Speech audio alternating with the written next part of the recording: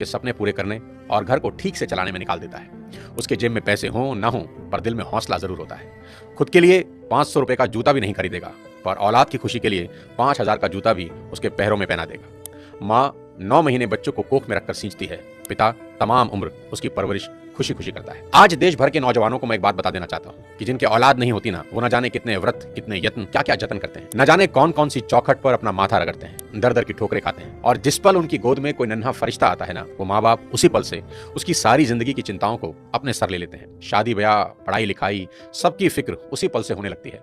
माँ बाप थोड़ा थोड़ा पैसा बचा के बेटियों के लिए एक एक गहना बनाना शुरू करते हैं ताकि उसकी शादी में काम आ सके। एक बाप अपने जीवन भर के प्रोविडेंट फंड का तमाम पैसा एक झटके में हंसते हंसते अपने बच्चों को दे देता है। माँ बाप बच्चों के लिए किसी भी हद तक जाने को तैयार रहते हैं। मैं खुद 2 प्यारी सी बच्चियों का पिता हूँ, और यकीन मानिए, अगर कोई मुझे गारंटी दे कि किसी पहाड़ पर चढ़ने से मेरी बेटियों का फ्यूचर सेफ होगा, तो मैं बिना देर किए नंगे पांव उस पहाड़ पर चढ़ना शुरू कर दूंगा।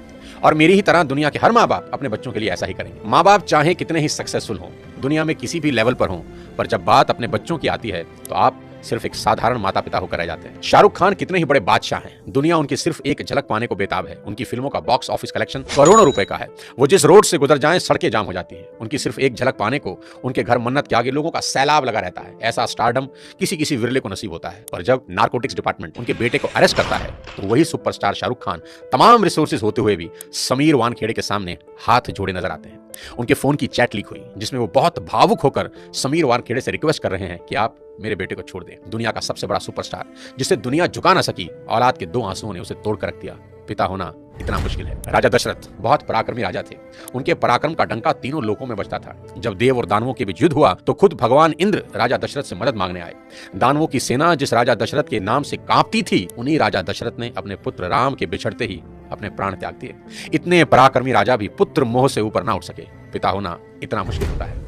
महाराजा दशरथ हो या शाहरुख खान, और ना जाने कितने ही लोग पूरी दुनिया के सामने कुछ और होते हैं, पर बात जब अपनी औलाद की आती है तो सबकी पर्सनैलिटी के अलग एंगल देखने को मिलते हैं। माँ बाप होना इतना मुश्किल है। सिर्फ पिता ही नहीं, माँ का कर्ज तो मरकर भी नहीं उतारा जा सकता। बच्चे का मलमूत्र माँ बाप के अलावा कौन साफ कर सकता है, और ऐसा वो खुशी खुशी करते हैं। इसलिए शायद भगवान ने माँ बाप की पूजा खुद से भी पहले बताई है। बच्चा बीमार होता है तो नींद माँ को नहीं आती। माँ बड़ी अद्भुत है। वो बच्चे के रोने के अंदाज से समझ आती है कि भूखा है या पेट में दर्द हो रहा है, क्योंकि बोल के तो बच्चा समझा नहीं सकता। प्रसव पीड़ा इस दुनिया के सबसे बड़े दर्द में है, जिसे हर माँ खुशी खुशी सहन करती है ताकि एक नवीन जीवन धरा पर आ सके। कहते हैं कि 20 हड्डियों के एक साथ टूटने के बराबर जितना दर्द होता है ना, उतना ही दर्द एक माँ को होता है एक बच्चे को जन्म देते हुए। याद रखना, इस दुनिया में सिर्फ एक रिश्ता बिना स्वार्थ के होता है, और वो होता है माँ बाप का अपने बच्चों के साथ। उनको बच्चों में सिर्फ इतना ही इंटरेस्ट होता है कि उनके बच्चे कामयाब बने, नेक बने। इसके अलावा उनका कोई सेल्फ इंटरेस्ट कभी नहीं होता। मेरे को यही लगता है कि माँ बाप आपके पैशन के अगेंस्ट नहीं है, ठीक है? वो बस आपको गरीब नहीं देखना चाहते। आज के इस वीडियो में बात करना चाहता हूं आज की जनरेशन से और उनके अपने माँ बाप से रिश्तों के बारे में। सबसे पहले मैं ये एक्सेप्ट करना चाहता हूं कि आज की जनरेशन हर लिहाज से पिछली सभी जनरेशन से बेस्ट है, क्योंकि जितना एक्सपोजर इनको मिला है उतना कभी किसी जनरेशन को नसीब ही नहीं हुआ। मैंने मोबाइल फोन का इस्तेमाल करना शुरू किया जब मैं 21 साल का था। मेरी छोटी बेटी ने फोन और लैपटॉप का इस्तेमाल शुरू किया जब वो 6 साल की थी। जितना टैलेंट आजकल के बच्चों और युवाओं में देखने को मिलता है, इतना टैलेंट पहले कभी नहीं था। और मैं ये सिर्फ आपका दिल रखने के लिए नहीं कह रहा, मैं दिल से इस बात को फील करता हूँ। आज के इस दौर में 98 to 100% मार्क्स कई स्टूडेंट आराम से ले आते हैं, और अगर कोई 98% और 100% मार्क्स ला रहा है तो किसी को कोई हैरानी नहीं होती। और हमारे दौर में सब सब्जेक्ट के मिलाकर भी कई बच्चों के 100 पूरे नहीं हो रहे थे। तो ये बात तो बिल्कुल तय है कि आज की पीढ़ी में टैलेंट की कोई कमी नहीं है। लेकिन कहानी में ट्विस्ट कब आता है जानते हैं? जब बच्चे 14 से 20 साल की उम्र में होते हैं। अब इनके हार्मोन्स जंप करने लगते हैं, और इसका सबसे गंभीर असर यह होता है कि ये हार्मोन्स बच्चों को पेरेंट्स से दूर कर देते हैं, क्योंकि इस उम्र में बच्चों को चाहिए आजादी, और माँ बाप वो आजादी देते नहीं, क्योंकि वो जानते हैं इस तरह की आजादी के लिए ये उम्र सही नहीं है। तो पेरेंट्स रोकते हैं, समझाते हैं, उनको पता है ये उम्र फिसलने वाली है। यही वो उम्र है जिसमें फ्यूचर बन भी सकता है और बर्बाद भी हो सकता है।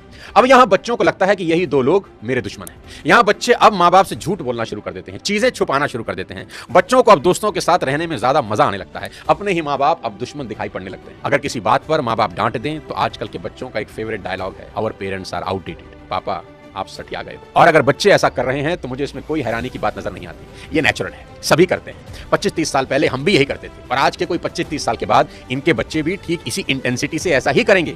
ये साइकिल चलता रहेगा। अरे आपको दिक्कत क्या है हमसे? कम से कम हम कोशिश तो कर रहे हैं ना। बाकी मोहल्ले के लौंडों के जैसे सड़क पे आवारागर्दी तो नहीं कर रहा, लड़ाई तो नहीं कर रहा पढ़ाई पे ध्यान दिए होते तो अरे नहीं गया ध्यान पढ़ाई पे। एक और कहानी जो इस उम्र में होती है वो ये कि बच्चे अपने पेरेंट्स से अब नफरत करते हैं और दूसरे पेरेंट की बात खुशी खुशी सुन लेते हैं। यहाँ अपना एग्जांपल देता हूँ। आज बहुत लोग मेरी बात सुनते हैं और मानते हैं, दूर दूर से कंसल्टेशन लेने आते हैं, पर मेरी अपनी बेटी को समझाने में मेरे पसीने निकल जाते हैं। कपिल शर्मा के शो में आमिर खान का भी यही प्रॉब्लम है, जो उन्होंने बताया कि सभी स्टार्स के बच्चे अपने करियर की सलाह मुझसे लेने आते हैं, पर मेरे अपने बच्चे मेरी बात नहीं सुनते।